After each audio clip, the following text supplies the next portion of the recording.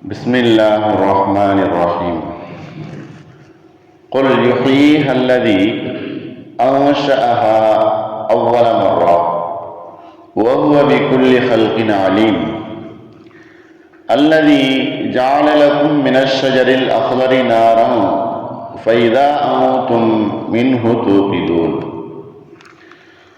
சூரா யாசீனுடைய 79வது வசனம், இன்னும் 80வது வசனம். சூரா யாசீனுடைய கடைசி பகுதியில் படித்துக் கொண்டிருக்கிறோம். அல்லாஹ் இந்த ஆயத்தில் பதில் சொல்கிறான். மேல உள்ள 2 ஆயத்துகளிலேயும் அல்லாஹ் இறை மறுப்பாளர்கள், தன்னை வணங்குவதற்கு மறுக்கக்கூடியவர்கள், தன்னை இறைவன் என்று ஏற்றுக் கொள்வதற்கு அவர்களுக்கு இயலாதவர்கள், அப்படிப்பட்டவர்கள் அவர்கள் படைக்கப்பட்ட விதம், அவர்கள் நம்மிடத்தில் தர்க்கம் புரியக்கூடிய விஷயங்கள், அவர்களுடைய படைப்பை மறந்துவிட்டு நமக்கு அவர்கள் விளக்கம் சொல்லக்கூடிய விஷயம், மௌத்தானதற்கு பின்னால் எலும்புகள் மண்ணோடு மண்ணாக மக்கி போனதற்கு பின்னால் மறுபடியும் உயிர் கொடுத்து எழுப்புதல் என்பது சாத்தியமில்லை என்று அவர்கள் கூறுகிறார்கள் என்கிற விஷயங்களுக்கெல்லாம் அல்லாஹ் இந்த ஆயத்தில் பதில் சொல்லுகிறான். கொல், நபியே நீங்கள் சொல்லுங்கள். நபியிடத்துல சொல்ல சொல்லி அந்த மக்களிடத்துல அல்லாஹ் சொல்லும்படி ஏவுகிறான்.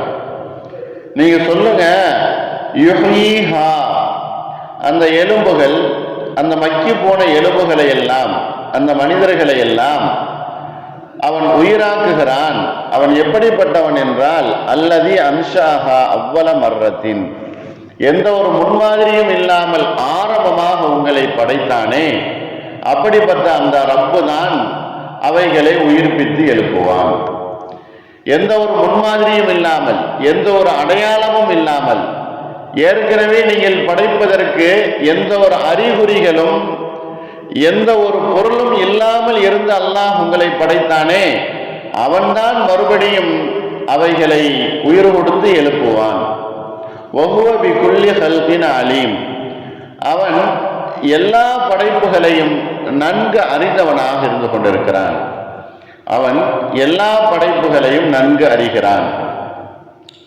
சுருக்கமாக இந்த ஆயத்தினுடைய கருத்து, ஆரம்பமாக உங்களை எவன் படைத்தானோ அவன்தான் மௌத்துக்கு பின்னாலேயும் உயிர் கொடுத்து எழுப்புவான் என்பதுதான் இந்த ஆயத்தினுடைய சுருக்கமான கருத்து. அடுத்த ஆயத்தில் அல்லாஹ் சொல்லுகிறான், அல்லதி ஜஅல லக்கும் மினஷ் ஷஜரில் அஹ்லரி நாரன், இன்னும் அவன் எப்படிப்பட்டவன் என்றால், பச்சை மரத்திலே உங்களுக்கு நெருப்பை கொடுத்தான், நெருப்பை ஆக்கினான். அல்லதி ஜஅல லக்கும் மினஷ் ஷஜரில் அஹ்லரி நாரன், பச்சை மரத்திலே நெருப்பை உங்களுக்காக வேண்டி ஆக்கினான். அப்படி ஆக்கி அந்த சமயத்தில் ஃபைதா அன்தும் மின்ஹு தூகிதூன், அந்த பச்சை மரத்திலிருந்து நீங்கள் நெருப்பை மூட்டக்கூடியவர்களாக இருக்கிறீர்கள். நெருப்பினுடைய அவசிய தேவைக்கு இந்த பச்சை மரங்களிலிருந்து நீங்கள் நெருப்பை மூட்டுகிறீர்கள். அதை உண்டாக்கியவனும் அந்த அல்லாஹுவாக இருக்கிறான். காய்ந்து போய் மக்கி போய் மண்ணோடு மண்ணாகி போன அந்த எலும்புகளை உயிர்ப்பிக்கக்கூடியவன் ஏற்கனவே உங்களை படைத்தவன் தான். அவன்தான் பச்சை மரக்கிளைகளிலே, மரங்களிலே அவன் நெருப்பையும் உண்டாக்கி உங்களுக்கு உங்களுடைய தேவைகளை நெருப்பின் மூலமாக பூர்த்தி செய்வதற்கு அவன் இந்த பச்சை மரங்களை தயாராக ஆக்கியிருக்கிறான். இந்த 2 ஆயத்துகளிலேயும் சொல்லப்படக்கூடிய விஷயங்கள், அல்லாஹ் மனிதனுக்கு கொடுத்திருக்கக்கூடிய இந்த வசதி வாய்ப்புகள், இவைகள் அனைத்தும் அவனுடைய சக்தியின் மூலமாக, அவனுடைய வல்லமையின் மூலமாகத்தான் இது கொடுக்கப்பட்டிருக்கிறது. ஆகையினால் அவன் உயர்ந்தவன், அவன் மிகவும் சக்தி வாய்ந்தவன். அவனுக்கு நீங்கள் உவமையை கற்றுத்தராதீர்கள், அவன் அனைத்தையும் அறிந்தவனாக இருக்கிறான். மகத்தான ஆற்றலும் சக்தியும் கொண்டவன்தான் மக்கி போன எலும்புகளையும் மறுபடியும் உயிரோடு எழுப்புவான். அதை நீங்கள் மறந்துவிட்டு, உங்களுடைய படைப்பை நீங்கள் மறந்துவிட்டு, நாம் எப்படி படைத்தோம் என்பதை நீங்கள் மறந்துவிட்டு, அவனுக்கு நீங்கள் தர்க்கம் ரீதியாக அவனுக்கு நீங்கள் உவமைகளை கற்றுத்தருகிறீர்கள். மக்கி போன எலும்பு அப்படிங்கிற ஒரு விஷயம் நபி ஸல்லல்லாஹு அலைஹி வஸல்லம் அவர்கள் கூறினார்கள். இது புகாரி முஸ்லிம்ல இடம்பெற்ற ஹதீஸ். சில முஃபஸ்ஸிரீன்கள், அதிகமான பேர்கள் இந்த ஆயத்துக்கு விளக்கம் சொல்லும் போது இந்த சம்பவத்தை நினைவுபடுத்தி எழுதுகிறார்கள். நபி ஸல்லல்லாஹு அலைஹி வஸல்லம் அவர்கள் சொன்னார்கள், முந்தி இருந்த ஒரு காலத்துல ஒரு மனிதர் வாழ்ந்து வந்தார். அந்த மனிதர் தனக்கு நிறைய செல்வங்கள், குழந்தைகள், நிறைய வசதி வாய்ப்புகள் இருந்துச்சு, நிறைய குழந்தைகள் இருந்தது. அப்ப அந்த மனிதர் தன்னுடைய மக்களை கூப்பிட்டு கூறுகிறார், உங்களுக்கு சொத்துக்கள் வேண்டும் என்று சொன்னால், என்னுடைய சொத்து எனக்கு பின்னால் உங்களுக்கு வேண்டும் என்று சொன்னால், நான் சொல்லக்கூடிய காரியத்தை நீங்க செய்யணும். என்ன காரியம்? நான் இறந்து போனதற்கு பின்னால் என்ன நீங்க நிறைய விறகுகளை வைத்து என்னை எரிக்க வேண்டும். நான் மௌத்தானதற்கு பின்னால நிறைய விறகுகளை வைத்து என்னை எரிக்கணும். என்னை எரிச்சு சாம்பலாக்கணும். அப்படி சாம்பலாகாமல் போயிடுச்சுன்னு சொன்னா அந்த கருகி போனதை நீங்கள் தூளாக ஆக்கணும்.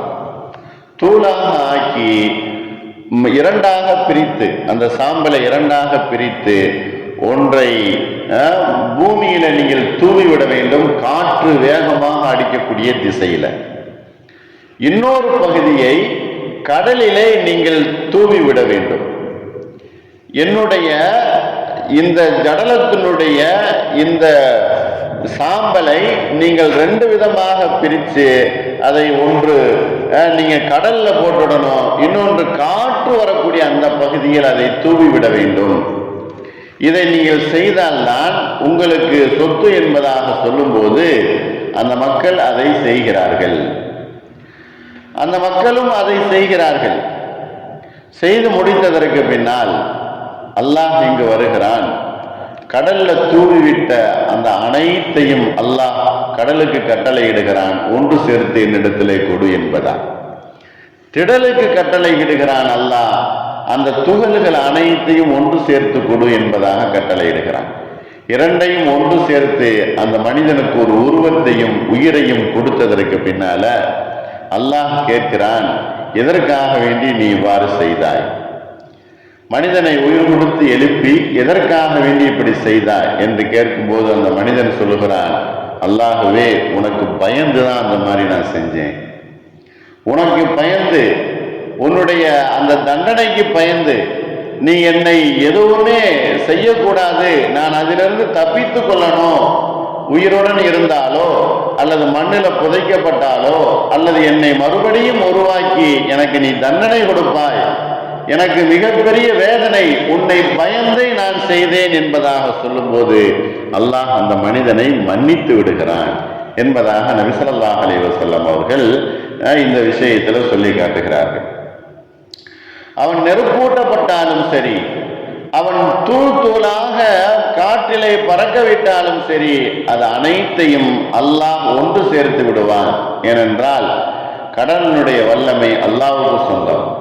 காற்றினுடைய செயல்பாடுகள் அல்லாஹ்வினுடைய கட்டளையின் கீழ் அது நடந்து கொண்டிருக்கிறது. ஆகையினால இது அல்லாஹ்வுக்கு மிகவும் லேசானது. குல் யுஹீஹல்லதி அன்ஷஅஹா அவ்வல மர்ரா, ஆரம்பத்தில் எவன் உங்களை படைத்தானோ அவனே மறுபடியும் உங்களுக்கு உயிர் கொடுத்து எழுப்புவான். அந்த மனிதர் தான் வாழ்ந்த காலத்துல அந்த மனிதன் தன்னுடைய குழந்தைகளுக்கு அவன் கட்டளையிட்டு இருக்கிறார், இந்த மாதிரி என்னுடைய ஜடலத்தை நீங்கள் உயிரோடு எரித்து விட வேண்டும், அதை நீங்கள் புதைத்து விடக்கூடாது என்பதாக அவர் கட்டளையிட்டார். ஆனால் அல்லாஹ்வோ அந்த மனிதருடைய கட்டளை ஏற்று அனைத்தும் நடந்தது, மறுக்கல. கடல் அவருடைய அந்த சாம்பலை ஏற்றுக்கொள்ள மறுக்கல, காற்றும் அந்த மனிதருடைய சாம்பலை ஏற்றுக்கொள்ள மறுக்கல. ஆனால் அனைத்தும் நடந்தது. கடைசியாக அல்லாஹ் எல்லோருக்கும் எல்லா பொருள்களுக்கும் கட்டளையிட்டான். அந்த மனிதரை ஒன்று சேர்த்து அல்லாஹ்விடத்தில் அது கொடுத்தது. இந்த ஹதீஸ் புகாரிலே இருக்கு, முஸ்லீம்லையும் இருக்கு. இந்த ஹதீஸ்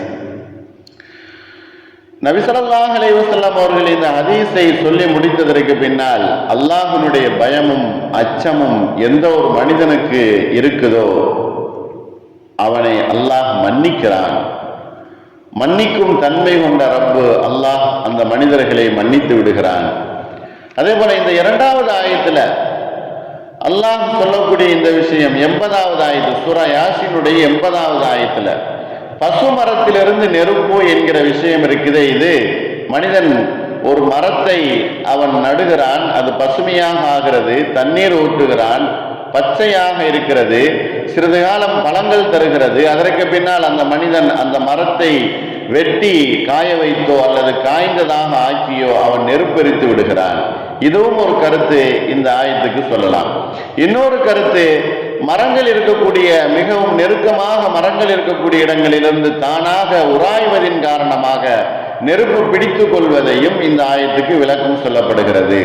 ஆக பச்சை மரத்திலிருந்து அல்லாஹ் நெருப்பை மனிதர்களுக்கு மிகவும் சாதகமாக தேவைகளை ஆக்கிக் கொள்ளக்கூடிய அளவுக்கு அல்லாஹ் இந்த நெருப்பை வைத்திருக்கிறான். இந்த வசனத்திற்கு நிறைய விளக்கங்கள் சொல்லுகிறார்கள்.